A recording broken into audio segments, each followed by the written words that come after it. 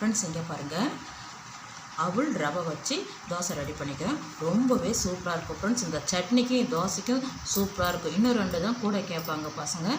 ஒரே மாதிரி இட்லி தோசை ரெடி பண்ணாமல் இந்த மாதிரி வித்தியாசமாக செஞ்சு கொடுங்க. ரொம்ப ஹெல்த்தியாகவும் இருக்கும், நல்லாயிருக்கும். இங்கே பாருங்கள், அவள் எந்த அவளாக இருந்தாலும் பரவாயில்ல, நான் வெள்ளை அவள் தான் சேர்த்துருக்கேன். கார அவள் சேர்த்தா கூட இன்னும் ரொம்ப நல்லாயிருக்கும். இது பாருங்கள், தோசை ரொம்ப நைஸாக பன்னு போல் இருக்குது பாருங்கள், சாஃப்டாக இருக்கும்.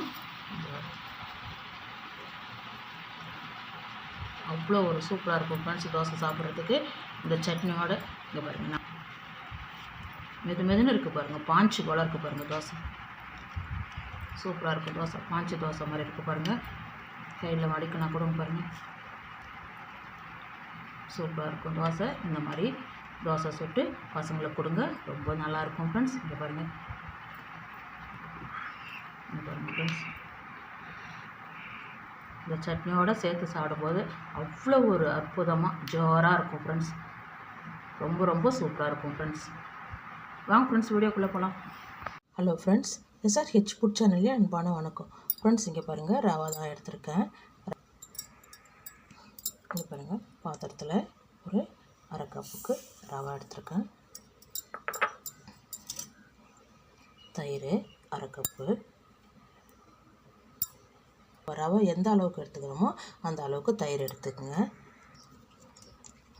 நல்லா கலந்து விட்டுட்டு தண்ணி கொஞ்சம் விட்டு நல்லா கலந்து விட்டு 1/2 மணி நேரம் நல்லா ஊறட்டும் ஃப்ரெண்ட்ஸ். தட்டு போட்டு மூடி வச்சுருங்க ஃப்ரெண்ட்ஸ். இங்கே பாருங்கள், அவல் எடுத்துருக்கேன். பன்னு தோசை தான் நம்ம ரெடி பண்ண போகிறோம். நம்ம மாவு அரைச்சி தோசை தான் ரெடி பண்ணுவோன்னா குயிக்காக 15 நிமிஷத்துலேயே நம்ம ரெடி பண்ணிடலாம் பன்னு தோசை. இங்கே பாருங்கள், 1 கப் அவல் எடுத்திருக்கேன்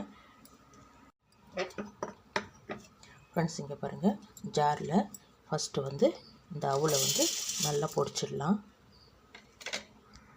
இங்கே பாருங்கள், 1/2 மணி நேரம் ஆகிடுது, நல்லா ஊறி வந்திருக்கு பாருங்கள். இப்போ நம்ம அப்படியே எடுத்து அவல் பொடிச்சிருக்கோம் பாருங்கள். இங்கே பாருங்கள், அவல் நல்லா அரைச்சிட்டேன் பாருங்கள்.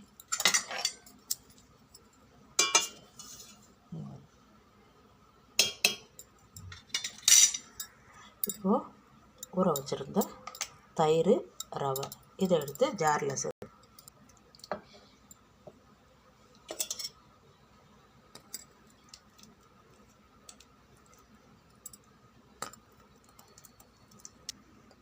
இதுவும் நல்லா அரைச்சிட்டு வந்துடலாம் ஃப்ரெண்ட்ஸ். இங்கே பாருங்கள், நல்லா அரைச்சிட்டேன். பாத்திரத்துக்கு மாற்றிக்கலாம் ஃப்ரெண்ட்ஸ். இங்கே பாருங்கள், பாத்திரத்துக்கு மாற்றிட்டேன். 1 ஸ்பூன் சர்க்கரை. இங்கே பாருங்கள், ஏனும் 1 ஸ்பூன் வர்ற மாதிரி சேர்த்துக்குங்க. எனக்கு அளவு தெரியும், நான் அப்படியே சேர்த்துக்கிட்டேன். நீங்கள் இந்த ஸ்பூனால் எடுத்துக்கங்க. இந்த தோசைக்கு தகுந்த உப்பு. ஏனும் இல்லைன்னா கூட சமையல் சோடா இருக்குது இல்லைங்க, அதை கூட சேர்த்துக்கலாம். கொஞ்சம் திக்காக இருக்குது, தண்ணி ஜாரில் இருக்குது, தண்ணியை எடுத்து சேர்த்து கலந்து விட்டுருங்க ஃப்ரெண்ட்ஸ். இங்கே பாருங்கள், நம்ம தோசை அளவுக்கு கரெக்டாக கொண்டு வந்துட்டோம். இந்த அளவுக்கு கலந்து விட்டால் போதும். அப்படியே மூடி வைங்க. ஒரு 5 நிமிஷம் மாவு நல்லா புளிச்சு வரும். நல்லா மாவு புளிச்சு வந்திருக்கு, கரெக்டான அளவில் இருக்குது. உப்பு கொஞ்சம் செக் பண்ணிக்கோங்க. இதான் ஊற்றுறதுக்கு கரெக்டான அளவு. ரொம்ப தண்ணியும் இருக்கக்கூடாது, அதிகமாகவும் திக்காகவும் இருக்கக்கூடாது. கரெக்டாக இருக்குது. நம்ம இப்போ தோசை ஊற்றிடலாம். தோசை கல் வச்சுருக்கேன். நல்லா கலந்து விட்டு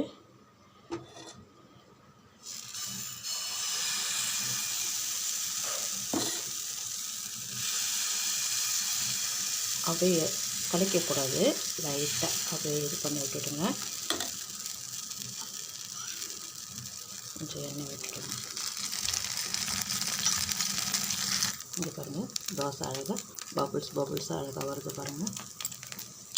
சூப்பராக இருக்கும். அப்படியே மூடி ஒரு 2 நிமிஷம் மூடி வைங்க. மேலே இருக்கிற மாவு நல்லா வெந்து வந்துடும். இங்கே பாருங்கள், நல்லா வந்திருக்கேன். அப்படியே இன்னும் ஒரு செகண்டு திறந்த மாதிரியே வேகட்டும்.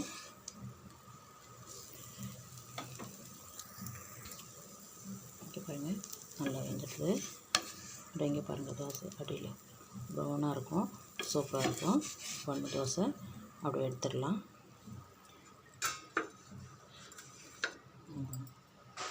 அப்படியே எடுத்தேன். இங்கே பாருங்கள் இன்னும் ஒரு தோசை ஊற்றுறேன் பாருங்கள்.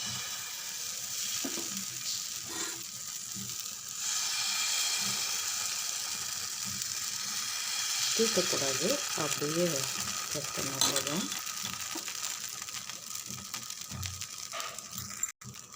கொஞ்சம் எண்ணெய் விட்டுடுங்க.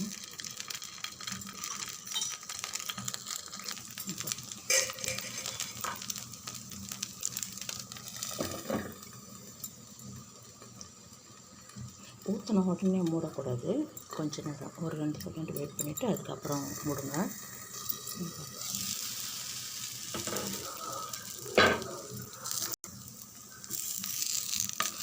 பாருங்க சூப்பராக வந்திருக்கு பார்த்தீங்களா. நைஸாக இருக்கும் தோசை சாப்பிட்றதுக்கு.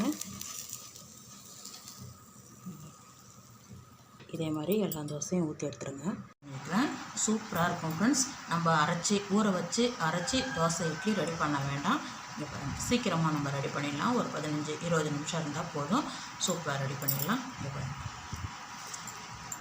இப்போ பன்னு போல் இருக்கும், நைஸாக இருக்கும் தோசை சாப்பிட்றதுக்கு.